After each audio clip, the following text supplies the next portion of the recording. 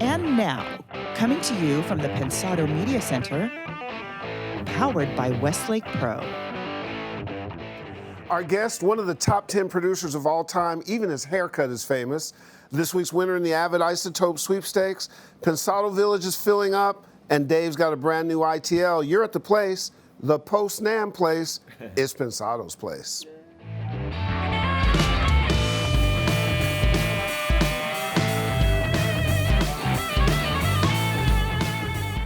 Man, I wish we could have seen you all at NAMM, but the people we saw, we had a blast with. It was a great time, wasn't it? It was a good time. Should we get to it? Let's do it. Here we go. Hey, family, it is absolutely great to be with you. Trust and pray that your week was good. Hit us with your likes and subscribes. We certainly appreciate that. Big ups, as always, to our partners, the Blackbird Academy, Westlake Pro, Avid, DTS Lander, Fab Factory, Recording Connection in Studio 202 DC. As Dave alluded to, we survived NAMM. We didn't get NAMM-thrax. We saw old friends. We made new ones. It was educational. It was inspirational. It was tiring, and it was a ball. Kudos to NAMM. Great, great job. And also kudos to Avid for the way they take care of us. Really amazing. You know the Pensado Village we've been talking about? We worked the floor of NAMM. Over 2,000 signups to hear about this portal that we're going to create with you guys. We want you included in that as well. Go to pensadovillage.com. Please. It's a risk-free sign-up just so we can tell you about it. So get there, sign up, and we will market to you. Once launched, you'll have access to gear discounts on a monthly basis. Software from companies like Isotope, Slate, Audionamics, McDSP, and more. We're going to talk to more of our guests about being involved. Skype mentoring from Dave and CLA and Ross and a whole bunch of our friends. From me on the business side and the management side. Free access and VIP seating to our live events in Miami, Nashville, Washington, Boston, Austin, New York, India. Personal access to panelists, flyaways, lots and lots of stuff. So the idea is sign up now. Even for signing up, you'll get some plugins. We'll get you stuff from Audionamics and Isotope and Slate just for signing up. How do you do it? Go to this URL right here, pensadosvillage.com. Become a member with all the other cool kids. All the cool kids are coming to Pensado's Village, correct? Yep. Thank you, cool kid. That was very good. By the way, great job on the floor of NAMM, Ma'at Hotep and the Pensado students for the work you did. Under the guidance of Talisha Romero, amazing, and partnered with Westlake Pro. Phenomenal job, great job. Absolutely. The Avid Isotope Sweepstakes is going like gangbusters. We've got a winner. Enter to win these absolute cool prizes you see right here. You still got a couple more weeks to go, so get your name in the hopper, folks. Don't delay. We're telling you right now. We've got a winner. This week's winner is none other than, hold it. Let me drum roll. James Chatto. James Chatto. Let's give him a round of applause. James, congrats. Congrats. So, you will get to get your prizes, James. We want you to put them to good use, and all the rest of you, you've got a couple more weeks, so enter to win, correct? Good stuff. Absolutely, good stuff.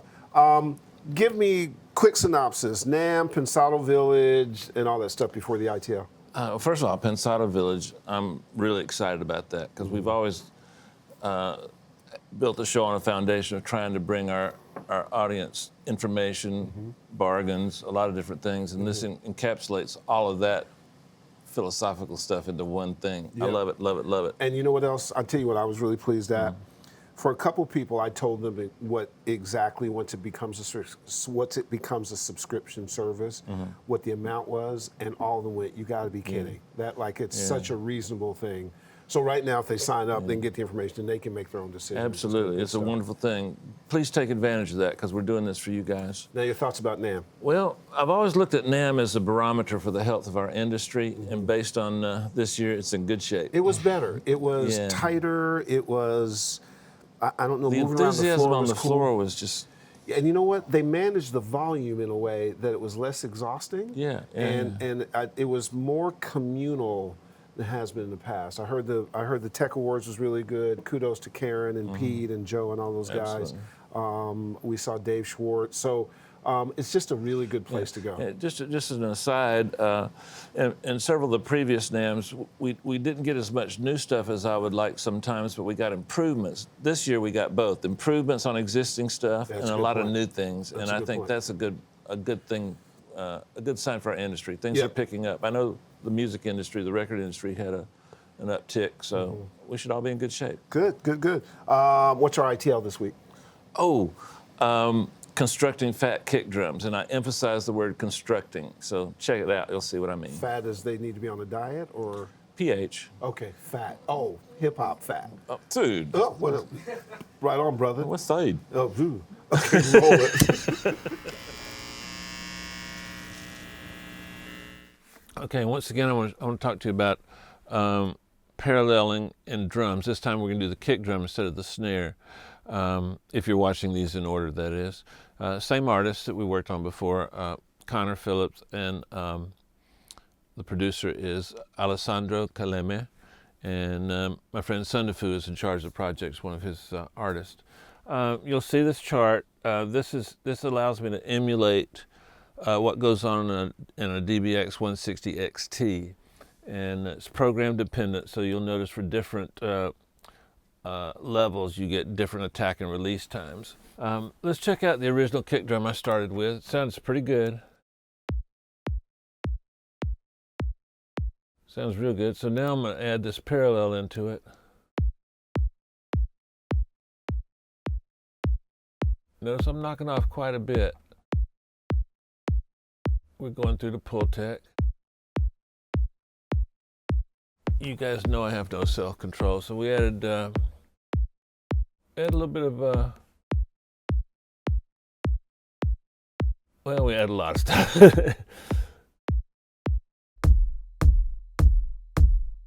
Now, if you'll notice, I got these soccer balls in here. Yeah, they really are samples I got off the TV from a soccer match. I'll solo a couple for you.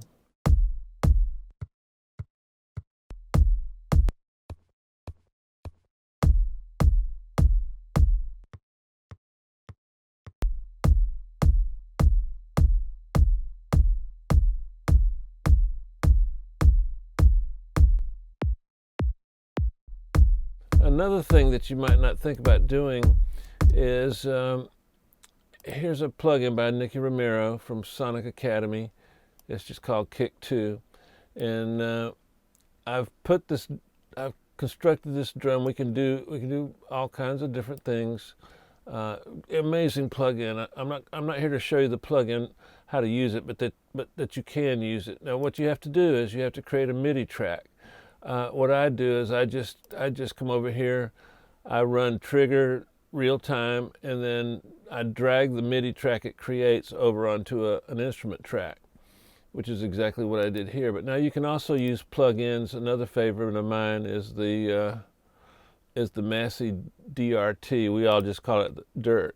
So what you'll do is you'll highlight the track, analyze it, hit a button, and it's a little quicker. Both work very, very well. Now once I got this MIDI track, I can set my attacks. These are real samples for attack. I can play with some sub. I can play with a lot of stuff. Let's see what we got.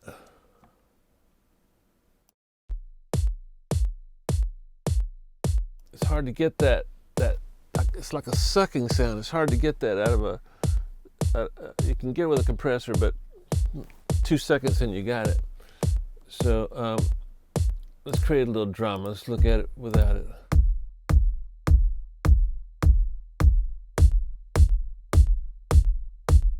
Pretty sweet, right?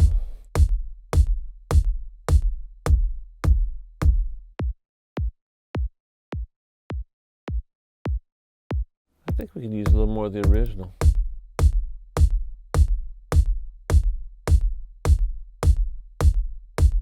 Maybe not. Okay, there you have it. The original, a parallel, some soccer balls and a MIDI kick drum synthesizer.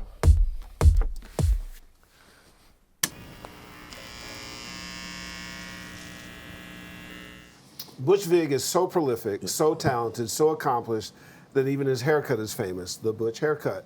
The better news is that he is as cool as he is gifted. This is a great, great guy. Here's the first in our Avid Live series from NAMM, the incomparable, the incredible Butch Vig. Enjoy it. You're at the place. Pensado's place! That's going on TV. Give yourselves a round of applause. That's fun. All right, happy to be here. Great to be here. We get to interview a friend. I already mentioned one of the top 10 producers of all time, an amazing guy, somebody whose heart is as big as his talent. He gives back all the time. Very few people are revered in the business sort of across the board. My partner happens to be one. Literally, he's sort of like the Pope of audio, which is really cool. When did that happen? Huh? When did that? No, I didn't say with our team. Oh, I said with okay. all them. And we are happy to introduce somebody on the Mount Rushmore of audio and producers and engineers, the one, the only, the unbelievable, Mr. Butch Vig. Butch! Herb. How are you, bro? What's Dave, up, buddy? how are you?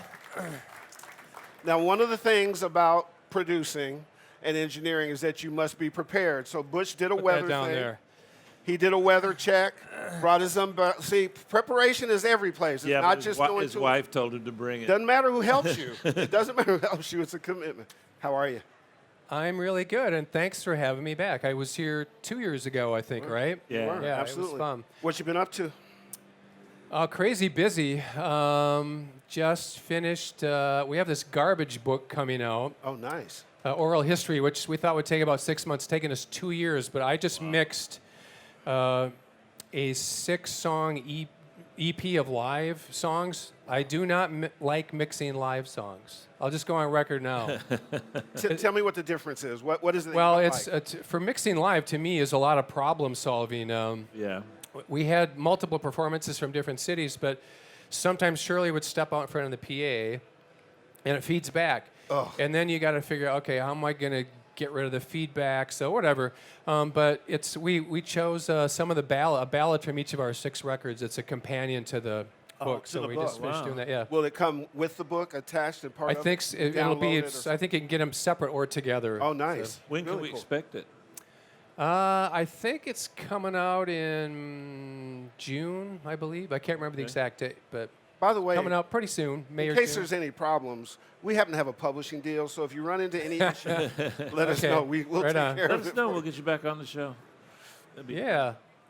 So one of the things. Shirley's coming here later today, I think, right? Oh, she's cool. she's coming. She's coming down to NAMM. Oh, great. Yeah, that's Yeah. we did Yep. hear that. We did hear that. So have you also been on the road as well too with the band? Yeah, on and off, and we're off now. We're actually recording. We're working on new material already. We also just mixed a song. We recorded a version of Cat Stevens' "Where Do the Children Play?" Oh, really? How cool. for this amazing benefit. The United Nations has an organization that is sponsoring charity for against human trafficking, and there's a lot of different artists on it. It's a worldwide compilation, and it was interesting because we recorded the song. I don't know if you know the song. It's an A major. It's got a lot of blah da da da da da da ba da da ba da. It's quite uplifting. The lyrics are as pertinent now as they were when Cat Stevens wrote it. We recorded it all acoustic instruments, and it wow. didn't sound quite right. It was in A major, so I erased everything except Shirley's vocal, and then recorded all this orchestral stuff in F sharp minor. And the song is dark. It got really, really dark, but it Really? just makes the lyrics resonate much more intensely, I think. Yeah, and for we the just finished subject mixing matter. that too. Oh, that's fantastic. Pretty cool, right? Yeah, I'm trying to think about. I don't know what I'm thinking about. Never mind. Go ahead. Well, then nothing's changed. No, F sharp is my favorite key, but I was thinking F sharp minor is a whole different key, and I don't want to go into that. Oh, that's fine. That's But where you live. it worked. For some reason, the melody in A major, when we flipped it down to F sharp minor, all of the notes and everything Yeah. worked. So it was cool. As a creative person, are you somebody who would rather collaborate? Do you like to fly solo? Is it different per where your head is? How does your process work in terms of that? I like collaborating. I've been in so many bands my life. I'm still in bands beyond garbage. Just part of it's just collaborating with friends because we like to write songs or play music together. Yeah. I like getting input from people and feedback and being able to bounce ideas off someone or just to look at their face. Sometimes you can look at someone's face and go, "That's good," or "Oh, that sucks." You know, it's Yeah, that's true.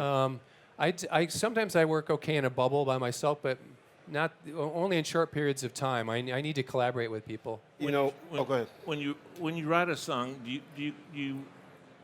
what's the first element? Do you come up with like some guitar chords or piano chords and then put a melody on top of that, or does the melody come first? What comes first? Typically, it'll start with some chords and a rough melody, maybe just a word or two or a lyric idea or something. And it might be a verse or it might be a chorus, and then it takes a while to develop another section. Occasionally, I'll write something that just comes out of the blue, and a song that was like that was on Strange Little Birds. Even though our love is doomed was a line I came up with, stuck on the 101 in my car in a traffic jam. And I don't know where it came from, but I just started sort of singing this, even though our love is doomed. And I didn't even know what the chords were, but I recorded the melody in my iPhone, and later that night sort of figured out some chords that worked around it. And I told Shirley, I have this idea for a song, even though our love is doomed. She goes, "Oh, I love it. It sounds like Heathcliff and Wuthering Heights. It has this gothic quality to it." And then I spent about 4 months making 5 really bad-sounding demos. and I didn't know what to do. All I had was that line, really, and I had some chords for the chorus. I tried one with sort of a techno EDM vibe. I tried one that sounded kind of like acoustically driven, almost a singer-songwriter. Tried one that had like punk rock guitars. I tried one in like 6/8 with a lot of sort of Baroque keyboard instruments, and they all sucked. And I just sort of put it aside because I didn't know what to do with it. And then we were well into the process of Strange Little Birds, and Shirley said, "Whatever happened to that song, Even Though Our Love Is Doomed?" And I said, "I tried a bunch of demos, and they just don't work. All I really have is the chorus." And she said, "Record something really simple and bring it to me tomorrow." And then I panicked. Pressure. It was really a bare bones sketch. And so the next morning I got up and I picked up the bass and I played this line, boom, bum, bum, bum, bum. And I wrote a verse in like 5 minutes. And then it didn't quite work in the chorus, so I wrote a couple lines to get it into the chorus. This sort of part that sort of loops over itself. I can't even remember it now. Can you love me for what I've become? Love me for what I said that I would not become. And I got that from my wife and daughter the night before. We were arguing about something, and they said, "Don't turn into your father." Oh. You said, boom. So I said, "Okay, well, can you love me for what I have become?" Anyway, so I nicked Share that. publishing with your wife and daughter? Yeah. So I nicked that and put that in, or part of reference that to get that in the song. And then I wrote some other lines in the chorus. And I sort of recorded the whole arrangement in about 2 hours, and I took it in. And I had a guide vocal on there. Shirley heard it once, and she sang the take on the record once. Wow. And that's the take you used. That's the take we used. Wow. She went back and changed one line when we were mixing. Just the phrasing. She didn't like the phrasing, but it kind of blows my mind to think how that happened. Is that a typical process for you? I hope not. That is not typical. No, that was very much an anomaly. Now, thanks for sharing that. That's amazing. On the technology side, sometimes we feel, I want to get your opinion, you have to make sure you manage technology in the creative process so it doesn't manage you. Don't you have to find that balance, do you think? Yeah, there's a point.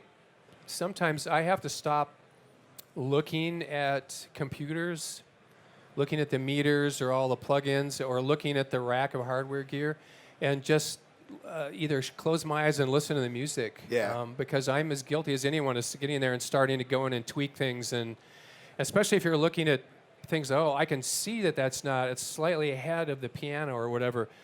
And that's not a good way to make music. No question. To be looking at things like that. And obviously, it's a immensely useful tool to have that technology, especially when you're trying to solve a problem. But you need to use your ears, but sometimes I have to remind myself that. Yeah. You know? And if you are, for all of you out there, Dave and I have probably for 300 episodes heard that or a version of that from the very best folks we can get to sit to our left every time. It's music. The tool is helping you. It's not replacing you.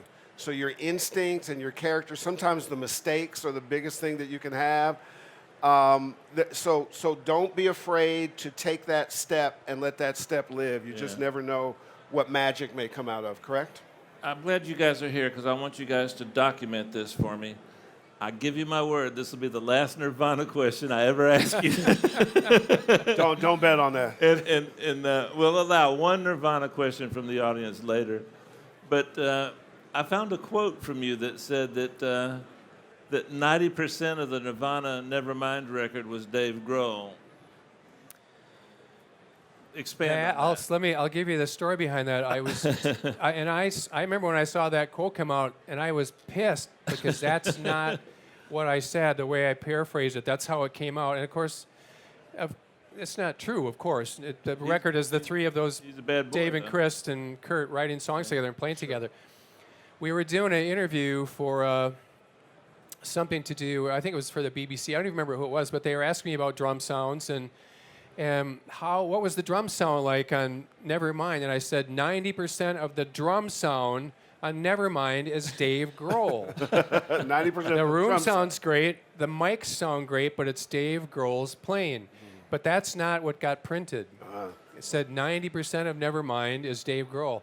And of course, Dave probably happily takes credit for that, but it pissed me off, and I realized sometimes you can't always control what gets printed in the media, but Once it goes out, it's hard whatever. to bring it back. Yeah. Also, with the recent election and all of the fake news and stuff out there, who believes anything you read on the internet these days? So It's a new world. I'm glad you Absolute new world. clarified that. How's Billy Bush? Billy is great. I saw him yesterday. I took my half-inch tape machine over to Red Razor, his studio. We're transferring all of the old tapes from Garbage's version 2.0. We're going to do a box set for that, and we have a lot of tape that we want to transfer over so we can remaster and stuff. And we immediately started talking gearhead talk. Of course. But he's good. He's great. Good. In what we do, oftentimes there's this corollary to gear and music and other stuff, and sometimes the record business. And I think it's good for them to sometimes hear our perspectives on where we think music is going. Are we excited? Are we discouraged? What's your general take on where we are? Well, I think there's more exciting new music out there than ever before. Yep. And not just rock and roll or pop music or singer-songwriters or hip-hop. I watch TV shows and films, and the soundtracks are getting more trailblazing and adventurous. And gone are the days of just have a big string section. I hear so many cool. Like I'll hear something in a film, or I'll watch something on Netflix and immediately stop and either get Shazam out, or I'll get on and try to figure out who's Everybody does. who's the composer, commercials, because I too. hear so much great music. And one of the reasons I think that's happened is that we as consumers want music 24/7 all the time now, and it's coming from our smartphones. And even though music has somewhat been devalued from the way it was looked at in the old system, the want for it is still there. So I just find that really encouraging for anyone who's aspiring to want to go out and make a living in music, whether it's as a writer, a producer, engineer, whatever it is you do, because the music is out there more than ever. It's everywhere. Yep. There's a lot of people need to record it, so I think there's a lot of opportunities for people to go out and make really fresh sounding music. So Bush just gave you job opportunities if you're if you're perceptive. The other thing too is the way we say what he said a different way is the record business can be in trouble, but the music business is very healthy. It's broad, it's wide. You have to figure other things out and how to capture it and what to do with it. There's a lot more places to go with it. So you have to think outside the box. And if you don't have that capability, find somebody who does. But don't despair. You have to just find your way through the new wilderness, and there's new opportunities in new wilderness. Would you? 100%. Okay. 100%.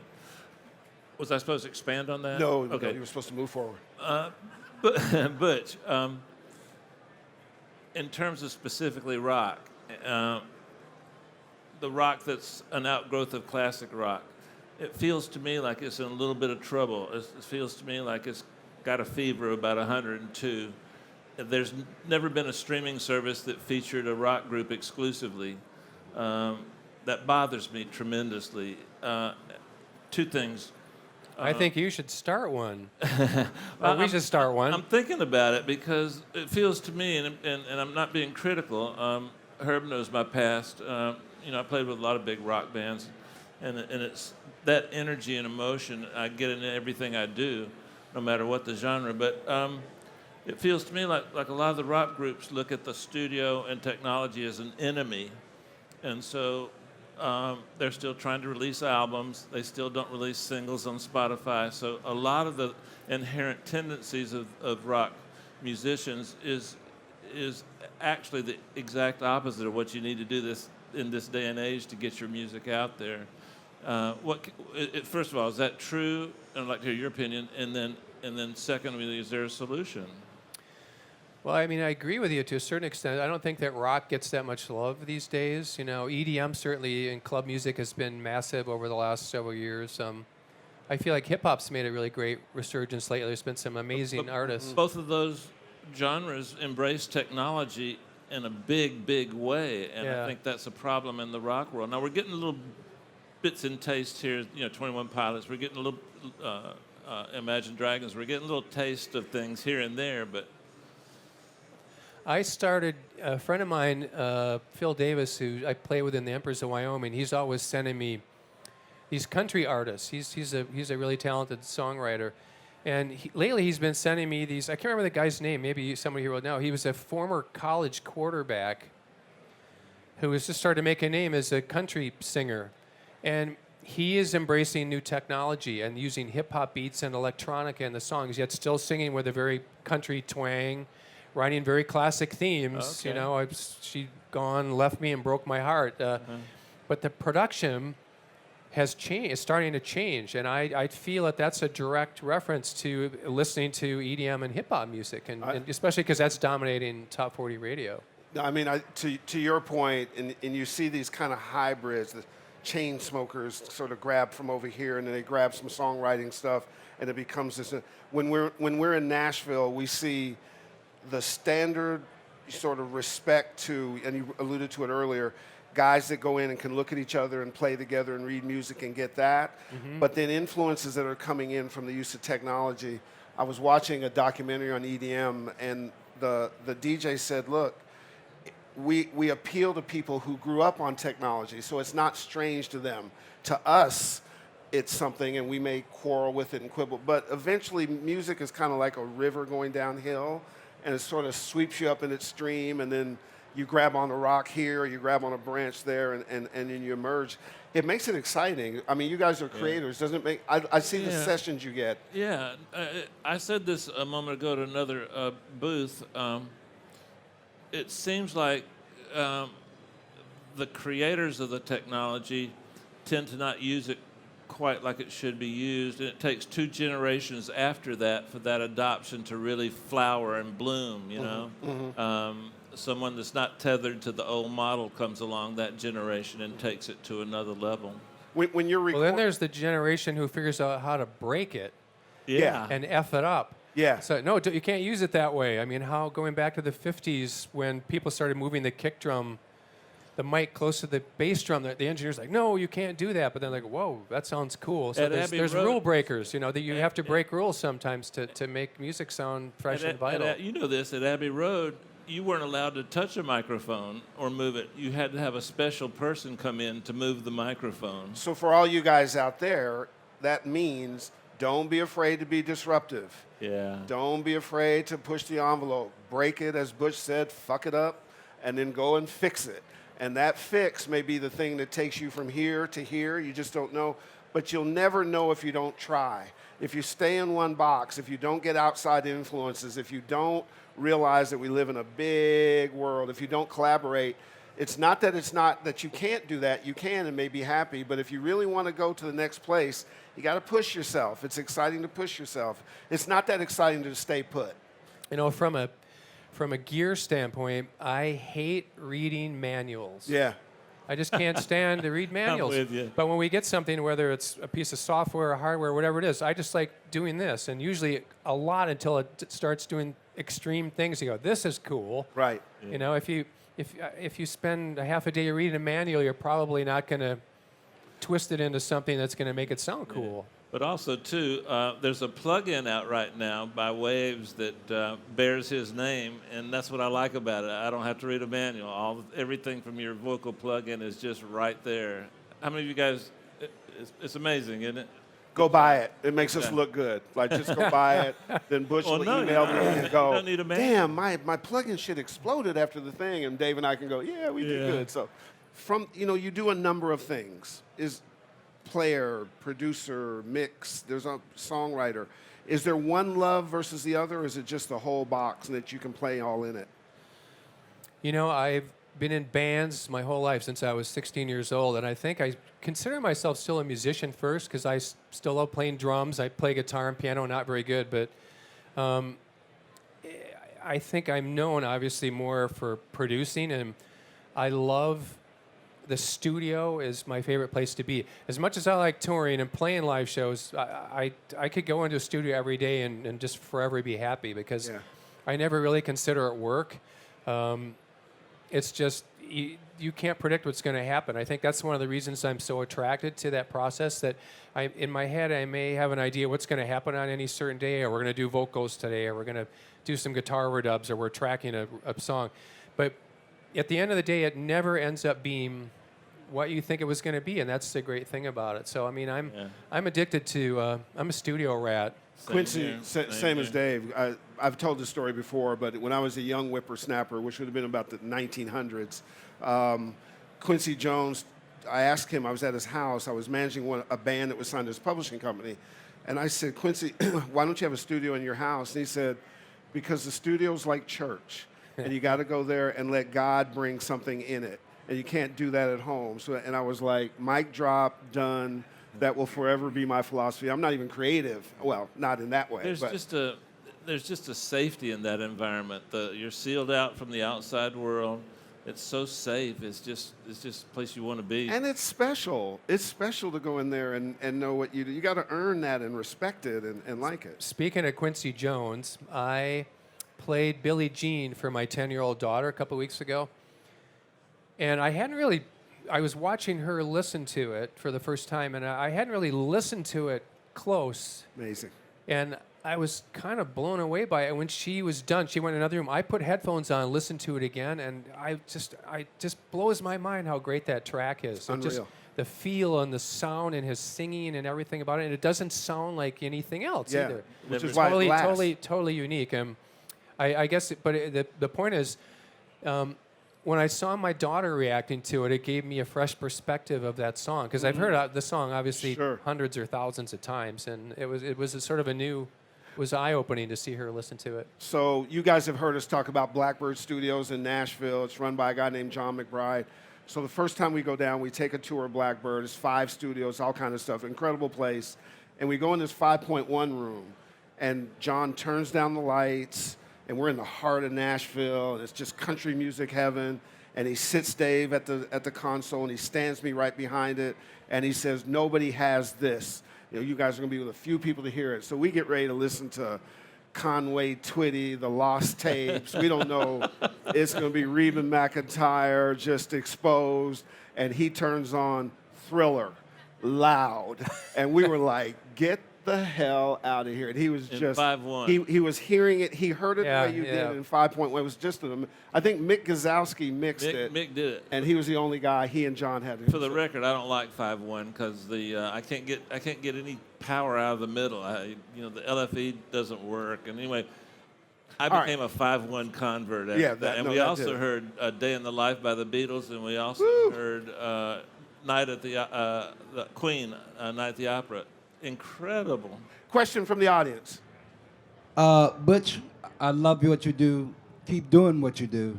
You're a young man in a world of making music, and we love everything you do. My name is Sir Harry Bones. There's a thing that I do with a lot of artists. I tell them point blank when they come into my studio, I say, what do you do best? And they say, well, I can sing. I say, so sing me something right off the cuff. Just right off the cuff, Is sing. there a question here somewhere? Wait. All right. You know, you disturbing me. I am. Right. You're disturbing. So, with that, they sing. Now, the difference is when you get into the audio factor and they sing in a microphone, it changes, emotionally speaking.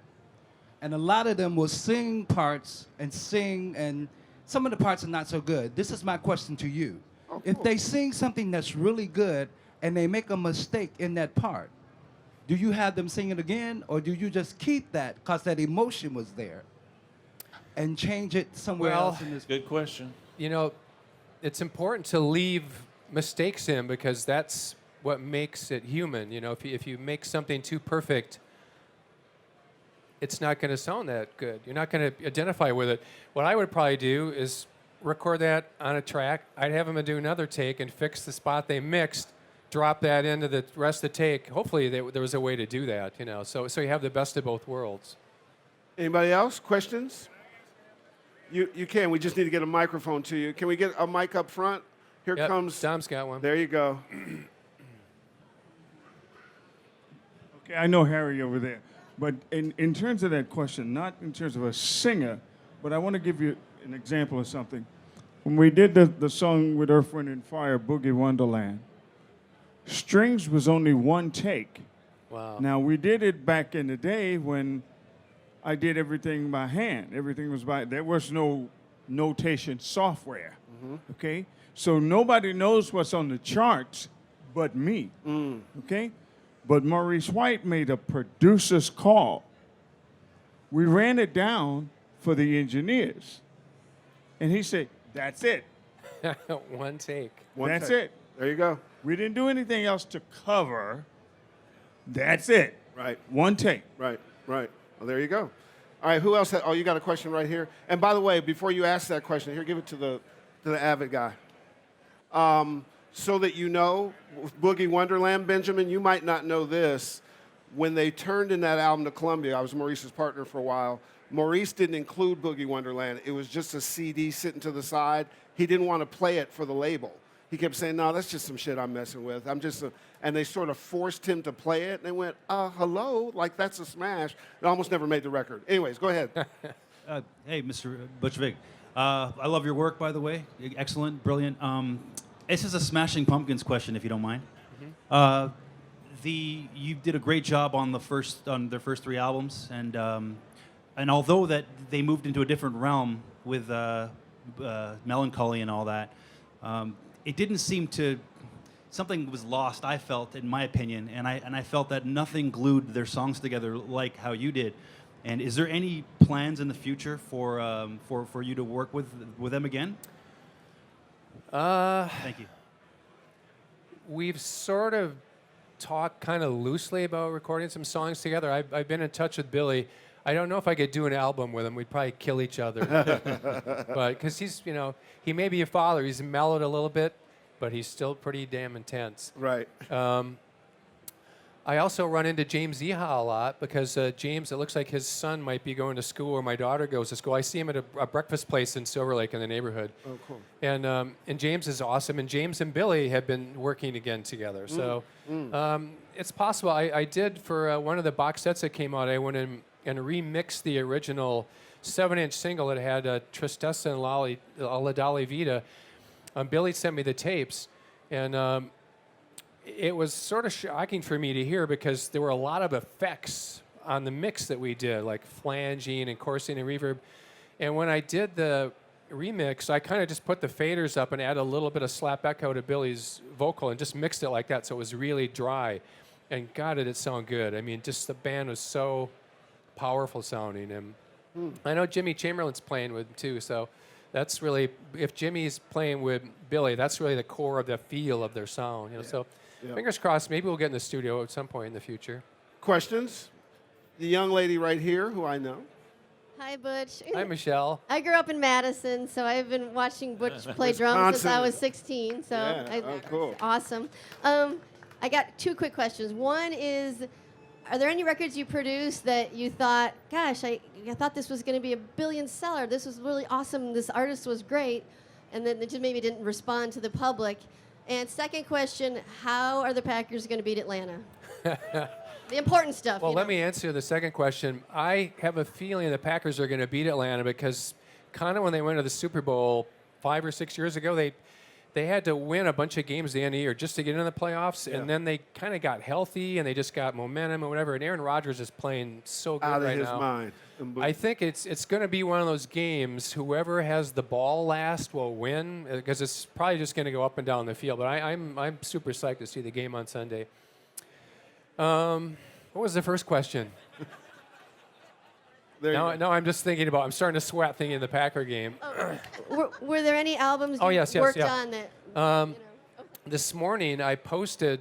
I started watching the news, and I don't really want to get into politics, but it feels sort of very unsettled, at least to me, that what's going on in the world right now. And I was listening to a lot of Against Me. And I love Laura Jane Grace, and I love Against Me. And I produced 2 albums when they were signed to Warner Brothers, New Wave and White Crosses. And I think both those albums are terrific. The songwriting is amazing. They're a very social, political band. And I mean, when I did New Wave, I thought they were going to be as big as The Clash. Right. I just thought they're so great. And if you've ever gone to see Against Me play live, their fan base is rabid. They just love the band. They know all the lyrics. They sing at the top of their lungs at the shows.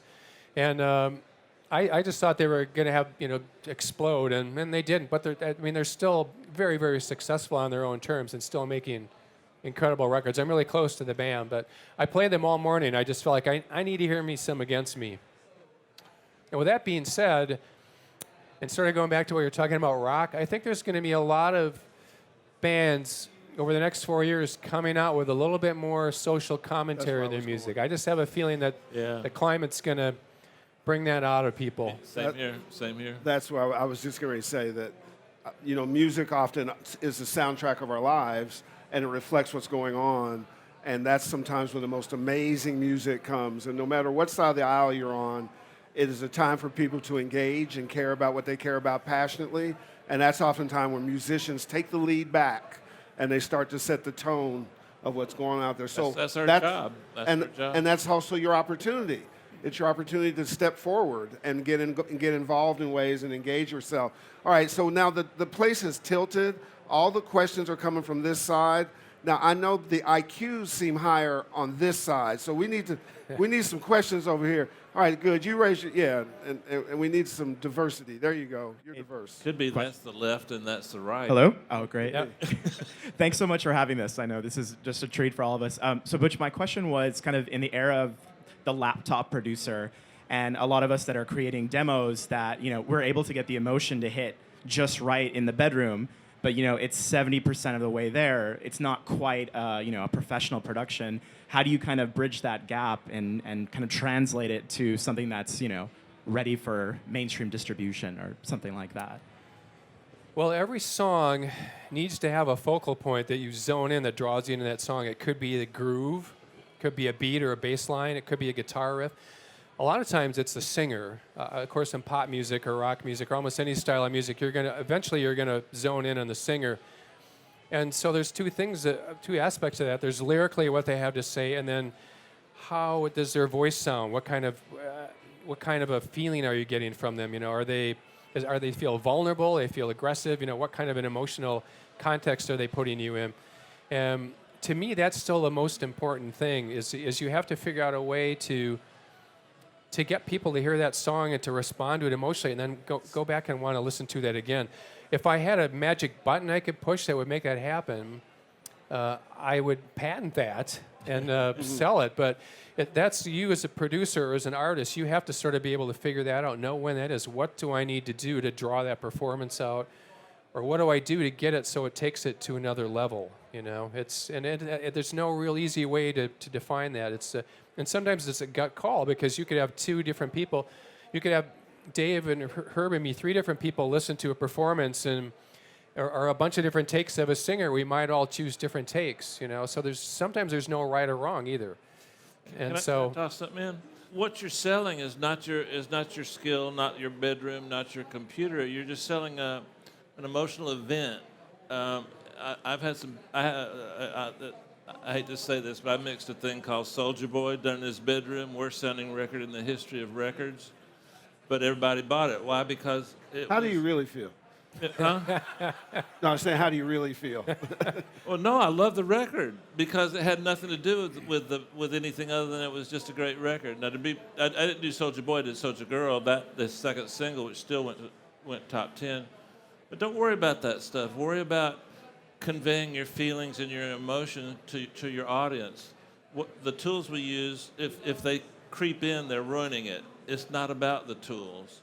Now, Butch and I happen to enjoy manipulating the sound and messing with it and all that, but that can be a bad thing too, you know? Sometimes I have to just start over because I've overdone things. Think of food. Think of another metaphor. You know, it's just about the experience and not the tools. If you're not selling records or being where you want to be, it has nothing to do with your room or your tools. Couple more minutes with Butch Vig. Question right there in the back. Look, go ahead. Sorry, another Smashing Pumpkins question. This guy made me think of it. On those early records, you hear a lot about Billy Corgan talking about how it was mostly him and Jimmy on the records, and he did a lot of the additional guitar and bass work. Was that a point of conflict while you were doing the recording, or did he just make a producer's call and go back and do that afterwards? Was that, if it was tense and infighting with the band, how'd you deal with that?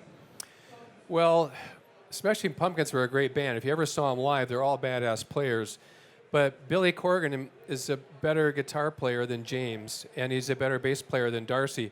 So we would track a song and we would record it, trying to make sure we had a really good feel for it. But primarily, I was listening to make sure we got a killer drum take by Jimmy Chamberlain.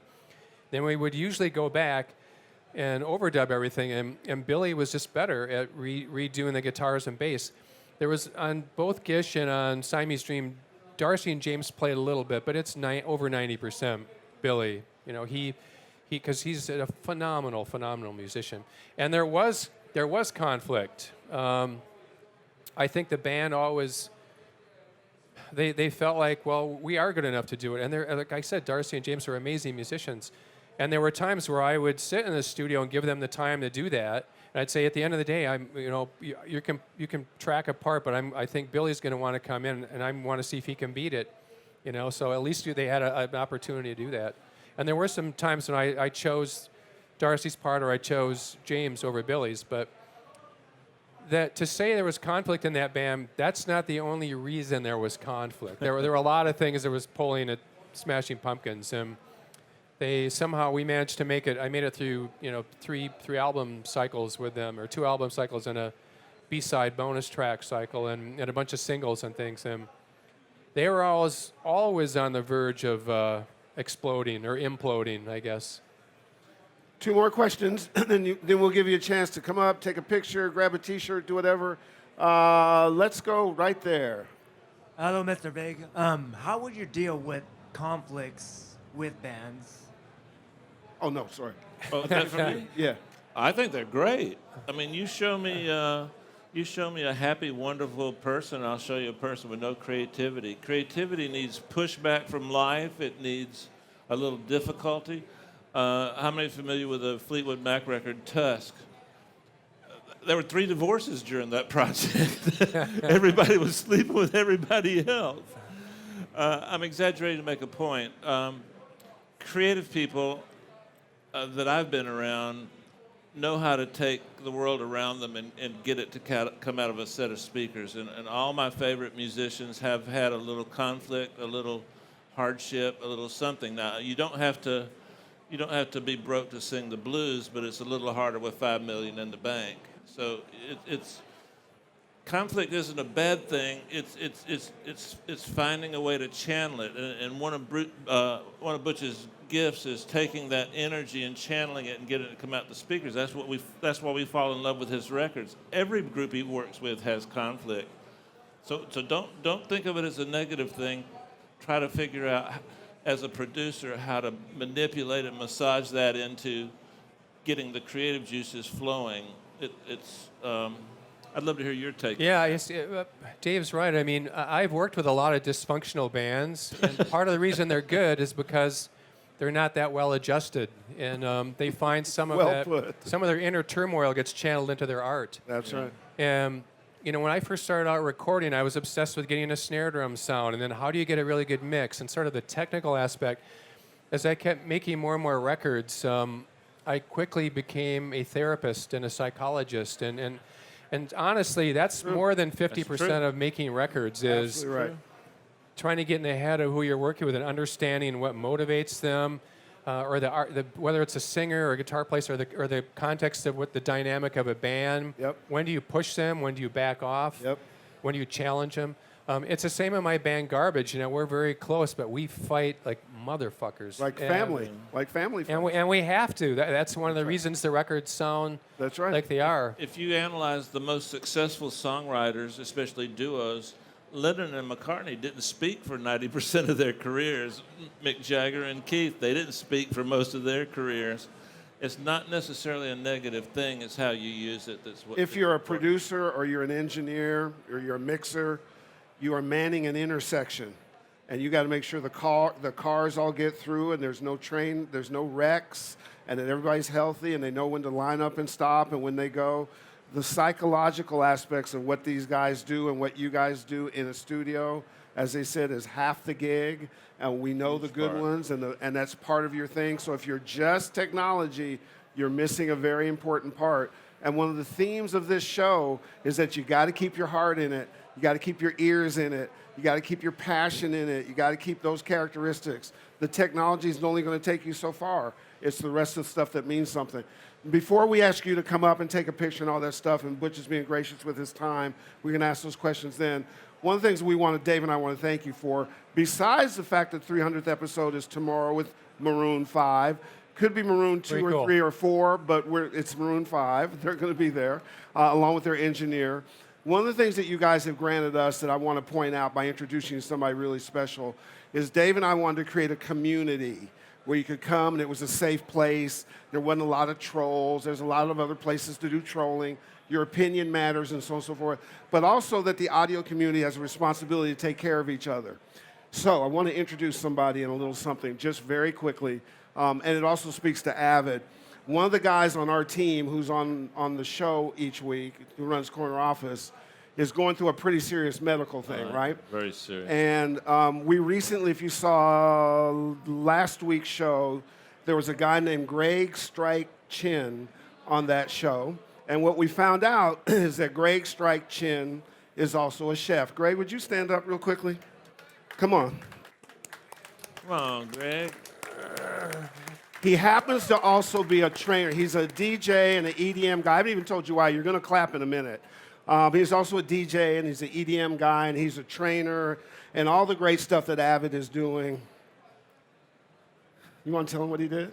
I'll tell him. I'm going to try to get through this. So the guy's name is Chong Gorgons, and he's struggling, right? Right. And we love him. Greg went on his own as a chef, met with a gastrointestinal doctor, found out what Chongor should have, is making a bunch of recipes so Chongor could eat healthy. And that's the kind of community we're part of, and that's what our expectations are, and that's Greg Strike Chin. Give a round of applause to Tony Caridi and the Avid family and what they're doing. Go look at the Avid collaboration, a bunch of new features in there. Come up and take a picture with us. Chongor Gons is back there clapping, even though he's about 15 pounds lighter. Dave and I love you. Please come to the 300th episode. And a round of applause for the Mount Rushmore for the master, Mr. Butch Vig. Thank you, guys. Come up and see us.